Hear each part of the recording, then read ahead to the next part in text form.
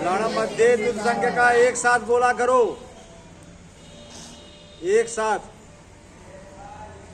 बोलोगे, एक साथ सब चीज का एक रिदम होता है।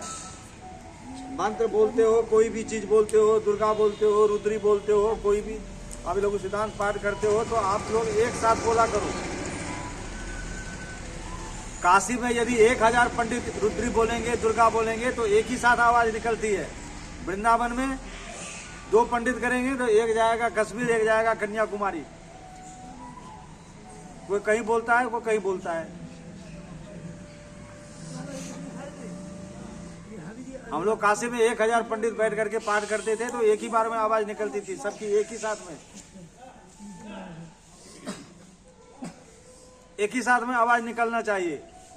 अ ई उड़, री लृक, ए ओम, आई औच, ह य व र ट, लण यम गणनम, झभय घढ धस, जब गढ़ दस, ख फ छ ठ, थ च, ट त व, कपय शशर हल इति माहेश्वराणि सूत्रा ण्यणादि संज्ञार्थानि ऐसा मंत्या इतः हकारादिस्वकार उच्चारणार्थः लण मध्य द्वित संज्ञक।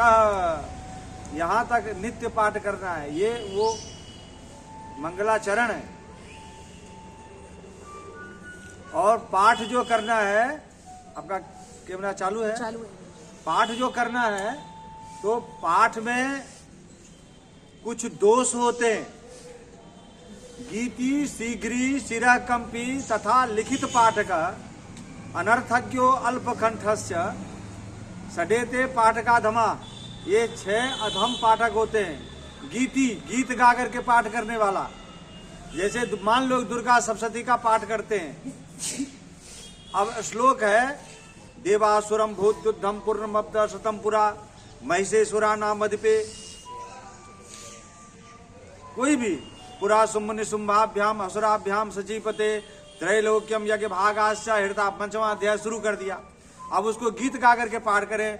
पुरा शुंभ निशुंभाभ्याम असुराभ्याम सचीपते त्रैलोक्यम यज्ञ भागाश्च, तो ये गलत है। ये अधम पाठक होते हैं।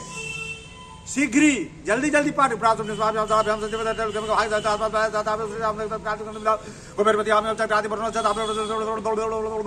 कुछ नहीं है ये पाठ भी गलत है।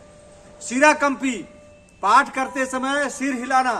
पुरा शुंभ निशुंभाभ्याम असुराभ्याम सचीपते, ये देखते होंगे मुसलमान के बच्चे कुरान पाठ करते समय ऐसे ऐसे करते हैं।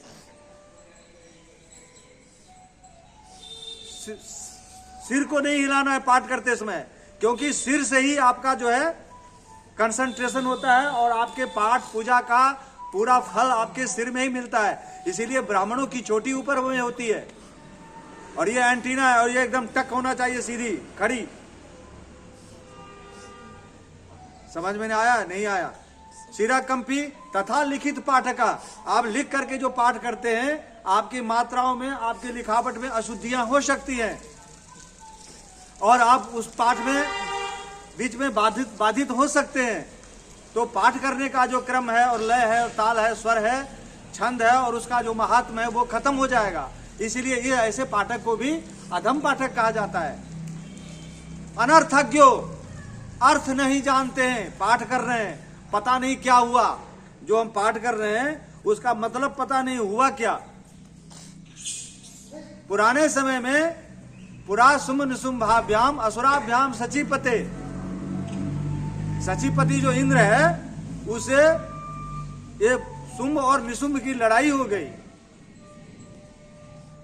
इस बात को समझना पड़ेगा कि यह अर्थ क्या कह रहा है, श्लोक क्या कह रहा है, तभी आपका उस देवी देवता में, उस अपने भगवान में, उपास परमात्मा में, भगवान में, देवी देवता में आपकी आस्था और उस पाठ पूजा का फल मिलेगा। आपको पता ही नहीं चल रहा है कि हम कह क्या रहे हैं, हो क्या रहा है पाठ में, तो आप क्या पाठ करोगे? हाँ, यह है कि कुछ का शुरुआत में आपके गुरु, आपके आचार्य कह देते हैं कि पाठ करिए जिससे कि आपको अभ्यास होगा, लेकिन हमेशा अनर्थज्ञ बने रहना वो पाठ का फल नहीं मिलता है। अल्पकंठस्य, अल्पकंठ का मतलब है पाठ करते समय मैं धीरे धीरे करना।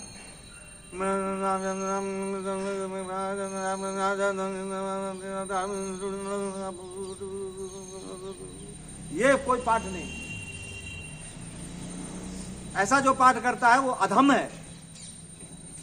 ध्यान दे दीजिएगा, ये सब आपको पढ़ते हो लेकिन आपको अर्थ पता नहीं चलता कि है क्या ये।